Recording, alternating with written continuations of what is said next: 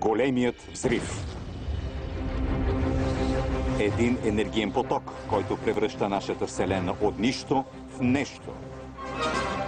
И поражда времето и пространството. Това все още е най-добрата теория за случилото се в началото. Но едно ново поколение учени има дързостта да умува над някога немислими въпроси. Не грешим ли за големия взрив? И ще можем ли някога да открием какво се е случило преди началото? В червеевата дупка с Морган Фриман.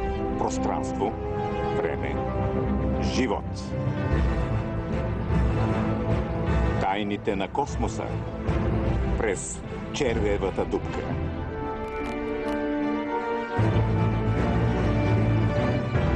Какво се е случило преди началото?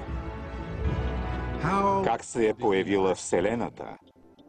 Всички сме чували за големия взрив, но как да сме сигурни, че всичко е станало точно така? Все пак никой не е бил там да види какво става. И ако този въпрос ви се струва труден, опитайте следващия.